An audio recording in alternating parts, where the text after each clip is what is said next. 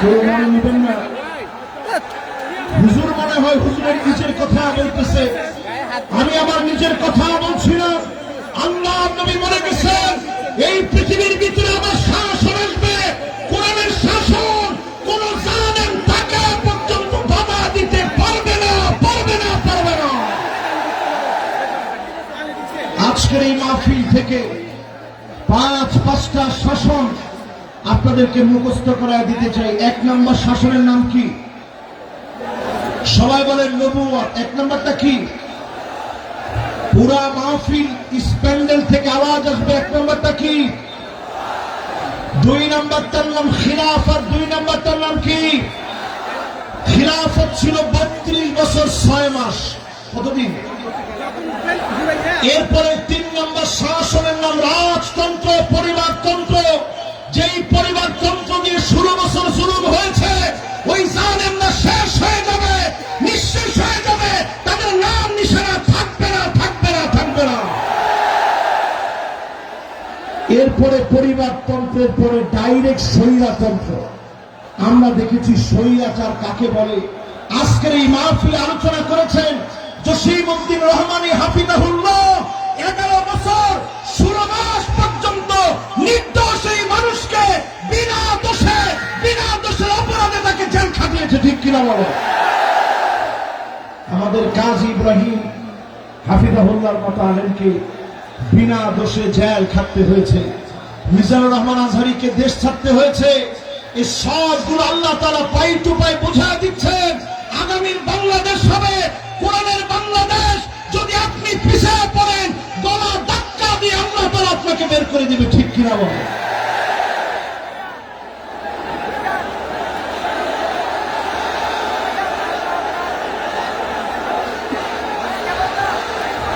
আমি আপনাদের সুন্দর সুন্দর স্লোগান লক্ষ্য করছি।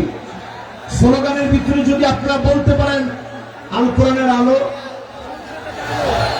না না, ঘরে ঘরে তো অনেক বছর জ্বালাইলাম, 54 বছর হয়ে গেছে। তাহলে কথা মাশাআল্লাহ, এটা কিন্তু আমার কথা না, আমি দলিল দিয়ে আপনাদেরকে বোঝানোর চেষ্টা করলাম। সামনে যদি এই পথে আপনি না আসেন, এমন মার খেতে হবে, পিঠের ভিতরে সালা বেঁধে রাখবেন, গাছে গাছে আলেমদেরকে লক্ষ্য রাখবে, প্রতিবাদ করার মতো লোক আপনি দেখবেন না। এই জন্য পরিষ্কার আজকের মাহফিল থেকে বলেন আল কোরআন আলো কোথায় জ্বালাবেন? দেখি একজনের স্লোগানটা দেন তো জোরালো ভাবে।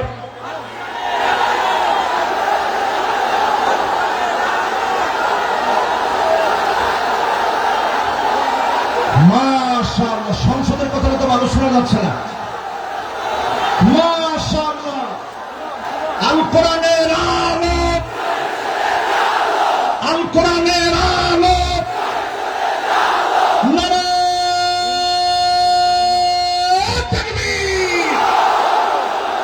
মাশাআল্লাহ, এইরকম একটা তাকবীর যদি আমরা সংসদে দিতে পারি, আরে কথা বল।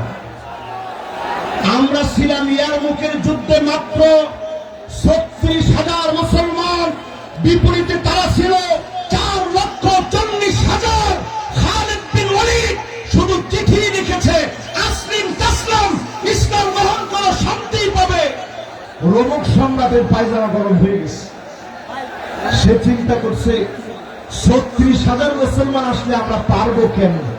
মুসলমানরা ছিলাম মাত্র 36,000, তারা ছিল 4,40,000।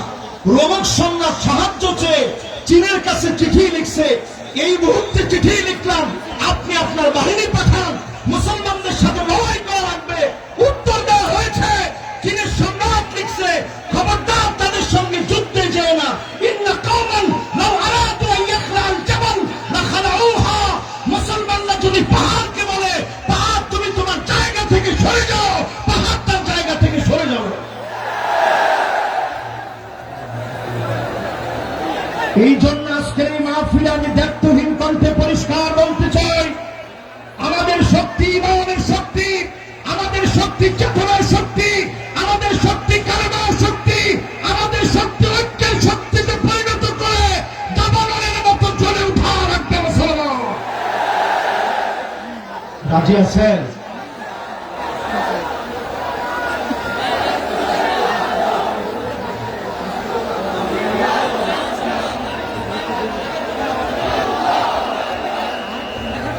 লক্ষ লক্ষ মানুষের ভিতরে ডান এবং বাম দিকে এত পরিমাণ লোকেরা এখন দাঁড়িয়ে গেছে। এই বিশাল মাহফিল, বিশাল সমুদ্র আজকে মানুষের ভাড়ে নুয়ে গিয়েছে। আজকের এই মাহফিলে বলবো, যে যেখানে জায়গা পাবেন বসে যাবেন। আমরা সবাই মিলে বসে বলবো, শাসন পৃথিবীতে আসবে কয়টা? মাশাআল্লাহ, লিল্লাহে তাকবীর। কয়টা শাসন?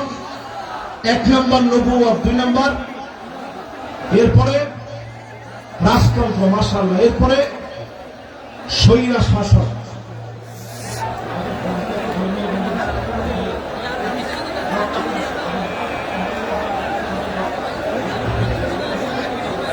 ভাইরা, আসলে এই মাহফিলটা স্মরণীয় ঐতিহাসিক মাহফিল। আমরা আমাদের এই মাহফিল কর্তৃপক্ষের যে ড্রোন আছে, এটা মাহফিলের সৌন্দর্য বর্ধনের জন্য, আপনাদের জন্য এই মাহফিলে কেনা। এই ড্রোনটা আপনারা কোনোভাবে কেউ নষ্ট করবেন না। ড্রোন এটা আপনার কোনো ক্ষতি করবে না। এটা ফুটেজটা ধারণ করবে, সারা দুনিয়ার জন্য বাংলাদেশ একটা অনন্য রোল মডেল স্থাপন করবে। জোরে বলেন আল্লাহু আকবার। এই জন্য ডান দিকে যারা আছেন, কোন ক্যামেরাম্যানের ক্যামেরার ক্ষতি করবে না। এরা কিন্তু কষ্ট করে আসে না, কেউ এই কাজটা করে না। আমি একটু বুঝাই আপনাদেরকে কেন এই কাজটা করবে না। গতকাল থেকে তারা কিন্তু খাওয়া দাওয়া পর্যন্ত করতে পারে। গতকাল থেকে না খেয়ে কিন্তু তারা এই জায়গাতেই শুয়েছিল। আমি ভিডিওগুলো দেখছি, তারা না খেয়ে এখানে শুয়েছিল। এই মাহফিলগুলো বিশ্বময় ছড়িয়ে যাক, আপনারা চান না? বলেন, সবাই চান না? এই যে আজকে মিজানুর রহমান আজহারীকে আপনারা এত মহব্বত করেন, এই মহব্বতের অনন্য প্রশংসা কিন্তু তারাও পাবে। তাদের কারণেই জনমানুষের কাছে এই কথাগুলো ছড়িয়ে গিয়েছে। আমাদেরকে আপনারা মহব্বত করেন, তারা কিন্তু এই কথাগুলো ছড়িয়ে দিচ্ছে কষ্ট করে। অপসংস্কৃতির বিরুদ্ধে তারা এটা জিহাদ করতেছে। কাজেই এটা কেউ ছোট করে দেখা যাবে না, কেউ তাদেরকে কষ্ট দিবে না। রাজি আছেন ইনশাআল্লাহ? তাহলে এবার বলেন, শাসন কয়টা আসবে পৃথিবীতে? আমরা ৫ম নাম্বার শাসনের অপেক্ষায় আছি। এই জমিনের ভিতরে সব দেখা শেষ, সামনে হবে আল কোরআনের বাংলাদেশ। জোরে কোন আল্লাহু আকবার। এই আল কোরআনের বাংলাদেশ আনার জন্য আল্লাহ রাব্বুল আলামিন আমাদেরকে কর্মসূচি দিলেন। 1 নম্বর কর্মসূচি আল্লাহ রাব্বুল আলামিন দান করলেন। আল্লাহ পাক জানিয়ে দিলেন, দুনিয়ার মানুষেরা, وَأَنِحْكُمْ بَيْنَهُمْ بِمَا أَنزَلَ اللَّهُ।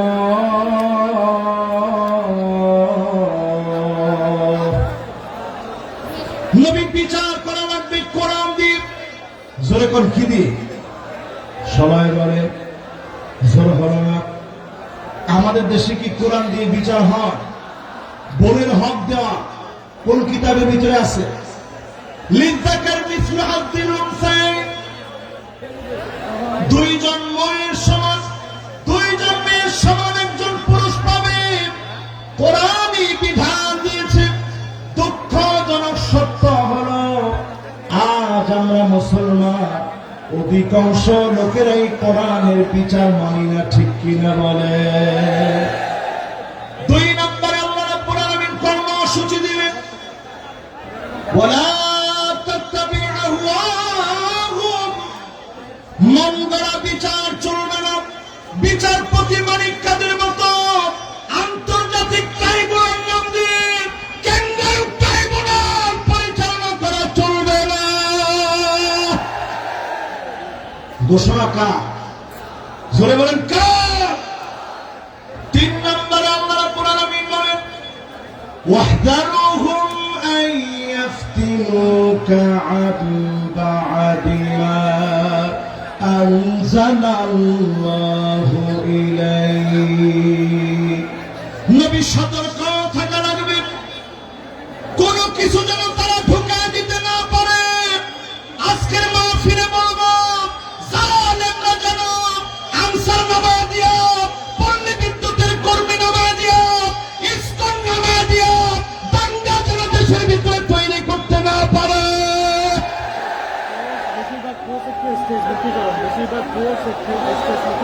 জোরে বলেন, এই কথা কার কথা? সবাই বলেন, কার কথা? এরপরে আল্লাহ রাব্বুল আলামিন 4 নম্বরে বলেন, কর্মসূচি নাম্বার 4, ফাইন তাওয়াল্লাউ ফাআলাম আন্নামা ইউরিদুল্লাহু আইয়ুসিবাহুম বিবা'দি যুনুবিহি।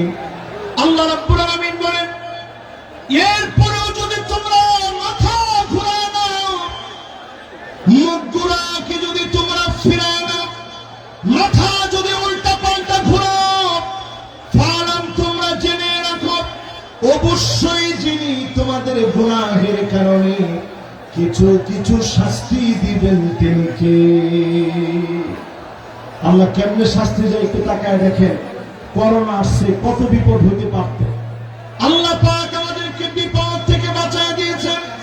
কোরআনুল কারীম বলতেছে, ওয়াত্তাকু ফিতনাতাল লা তুসিবান্নাল্লাযীনা যালামু মিনকুম খাসসা ওয়া'লামু আন্নাল্লাহা শাদীদুল ইকাব। ভয় করে আল্লাহ রাব্বুল আলামিনকে। আল্লাহ পাক যখন শাস্তি দিবে সবাইকে আল্লাহ ধরবে। মক্কা মদিনায় পর্যন্ত করোনাকালীন সময়ে নামাজ বন্ধ ছিল, শুধুমাত্র আমাদের দেশকে বিশেষভাবে যিনি দয়া করে মায়া করে অনেক অল্প ক্ষতিতে বাঁচায় দিয়েছেন তিনি কে? রেড অ্যালার্ট ছিল বাংলাদেশের উপরে, রেড অ্যালার্ট ছিল বাংলাদেশের উপরে। এই রেড অ্যালার্ট থেকে আল্লাহ তাআলা দেশকে হেফাজত করেছে। 4 নম্বরে আল্লাহ বলছে, যদি এরপরও ভাওলামি করো আমি আল্লাহ তোমাদেরকে ধরবো। একটু জালেমদের দিকে তাকায় দেখেন, 40 মিনিট সময় পর্যন্ত তারা পায় না, খেয়ে যেতে পারে নয়। আল্লাহ বুঝায় দিয়েছে, জালেম যখন আমার পাকড়াও চলে আসে তখন পালাবার মতো কোনো জায়গা পাওয়া যায় না, ঠিক কিনা বল? এরপর আল্লাহ রাব্বুল আলামিন 5 নম্বর কর্মসূচি দিলেন, ওয়া ইন্না। এই পাশে প্লিজ ভাই, আমি একটু হুজুরকে থামিয়েছি, একটু প্লিজ এই পাশে সবগুলো বিদ্যুতের লাইন, আমাদের মাইকের প্রধান লাইন হচ্ছে এই জায়গায়। আপনারা প্লিজ আপনাদের কাছে সহযোগিতা চাই, প্লিজ ভাই ভাই প্লিজ আপনারা সামনে আসবেন না। আমি আর আমাদের সব এলইডি ভেঙে যাওয়ার মুহূর্ত, যে কোনো মুহূর্তে 8টা এলইডি ভেঙে পড়তে পারে। এলইডি থেকে মানুষগুলো নেমে যান ভাই। আমি এলইডি টেবিল থেকে মানুষ নেমে যাওয়ার জন্য অনুরোধ করছি, হাত জোর করে অনুরোধ করছি। মাহফিলটির সৌন্দর্য রক্ষার্থে আপনারা এলইডি থেকে নেমে যান, আমাদের মাইকের বক্স থেকে নেমে যান, সম্প্রচার বিভাগ থেকে নেমে যান। মাইক্রো প্লিজ আপনারা মারামারি না প্লিজ, আমি অনুরোধ করছি। আমি আমাদের স্বেচ্ছাসেবক ভাইয়েরা আছেন, দুপাশে আসার জন্য অনুরোধ করছি। আইন শৃঙ্খলা বাহিনীদেরকে আসার জন্য অনুরোধ করছি আমাদের দুপাশে। আমি সেই পাশে আমাদের সৌন্দর্য রক্ষার্থে আমাদের যারা সেনাবাহিনীর বাইরে রয়েছেন তাদের সহযোগিতা কামনা করছি। ধন্যবাদ। মাশাআল্লাহ। আমি তাকবীর দিব, সবাই আমার সাথে তাকবীর দিবেন। তাকবীর দিলেই দেখবেন অর্ধেক ঠান্ডা হয়ে যাবে। লিল্লাহে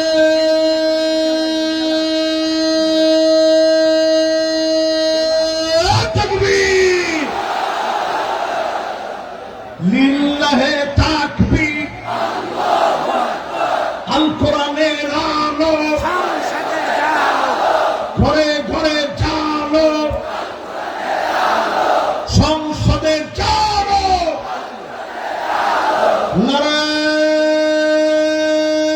নারায়ে তাকবীর। এবার সবাই একটু শান্ত হয়ে শোনেন শেষ কথাগুলো। আল্লাহ পাক 5 নম্বরে বলতেছেন, ওয়া ইন্না কাসীরাম মিনান নাসি লাফাসিকুন।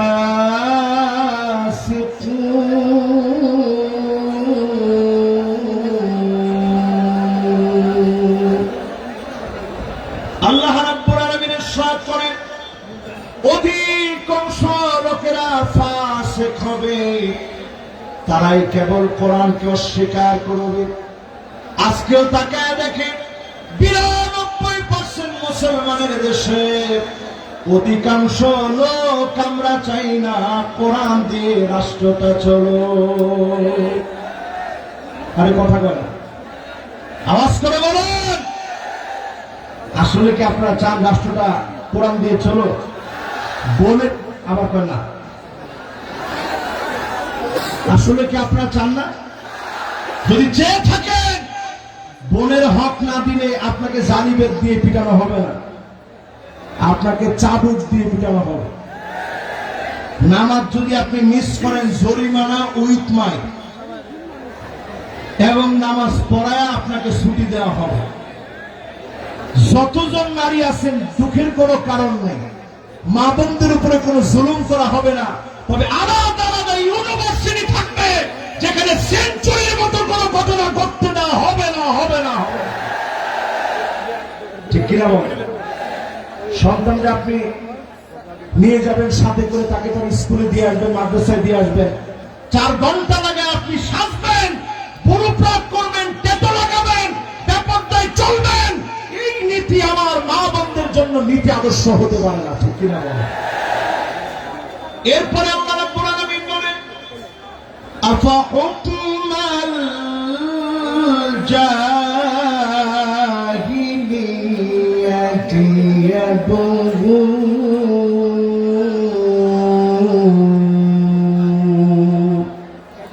এটা 6 নম্বর কর্মসূচি। আল্লাহ রাব্বুল আলামিন বলতেছে, নবী এত কিছুর পরেও লোকেরা কি জাহিলিয়াতের দিকে চলে যাবে?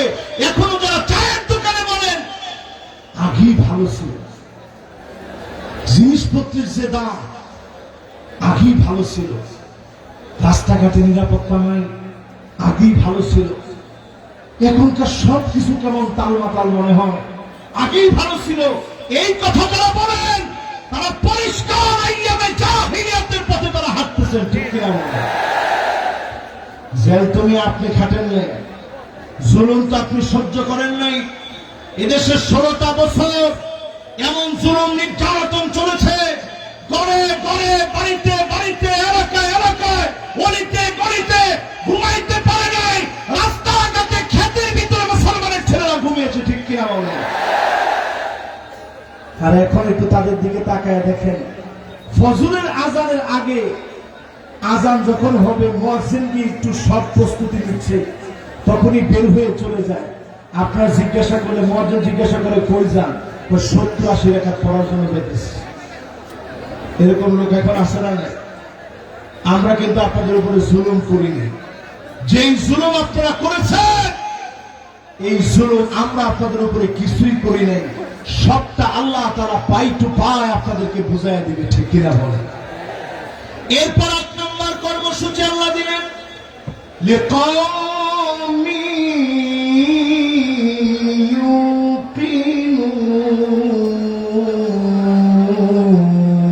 ইউকিনুন। বিশ্বাসী যদি তোমরা হতে পারো, পূর্ণ বিশ্বাসী যদি তোমরা হতে পারো, এই জমিনে বিশ্বাসী হতে দেরি হবে ওই মানুষগুলাকে যিনি ক্ষমতার মসনদে বসায় দেবেন তিনি কে?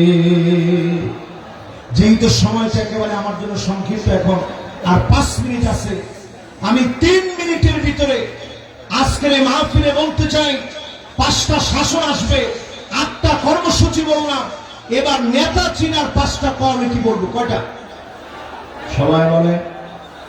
1 নম্বর হুব্বুন নাস, যে নেতাকে মানুষ ভালোবাসবে, নেতার জন্য তাহাজ্জুদের সময় দোয়া করবে, এমন নেতা আমার নেতা।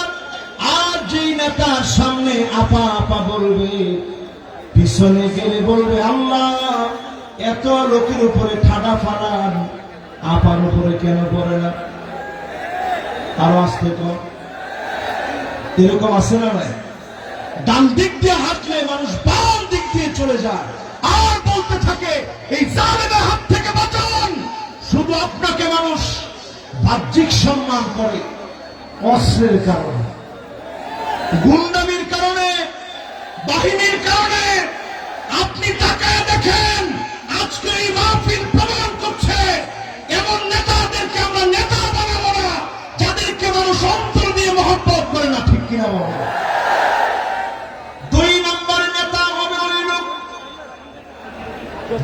নিজে কোরআন পড়বে, যেই লোক নিজে কোরআন শিখবে, হুব্বু তিলাওয়াতিল কোরআন ওয়া তাআল্লুমিহি ওয়া সিমাইহি ওয়া তাদাব্বুরিহি, কোরআন পড়বে, বুঝবে, মানবে, এই কোরআন নিয়ে চিন্তা ভাবনা করবে, চুলের গোড়া থেকে নিয়ে পায়ের তালু পর্যন্ত, পার্লামেন্ট পর্যন্ত আল কোরআনের বাতি যারা জ্বালাবে, একমাত্র ওই নেতা আমার নেতা হতে পারে। ঠিক কিনা বলে? এখন নেতা কেমন?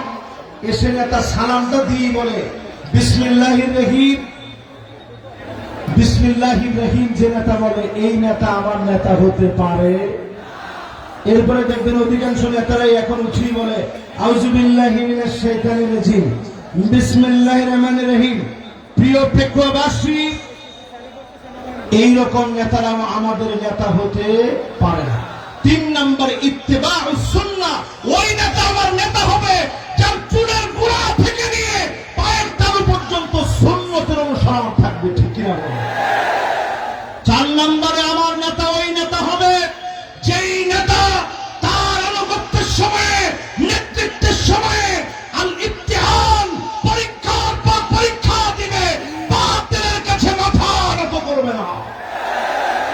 আমার নেতা হবে ওই নেতা যেই নেতা দুনিয়ার জীবনে কল্যাণকর কাজ করবে, আইয়ুফিকাহু বিআমালিন সালিহিন ক্বাবলা মাউতিহি, মৃত্যুর আগ পর্যন্ত শুধু ভালো ভালো কাজ করে মারা যাবে, এমন নেতার বুকে গুলি চালাতে পারবা, ফাঁসির দড়িতে নিতে পারবা, ইমানের হিম্মত কমাতে পারবা না, পারবা না, পারবা না।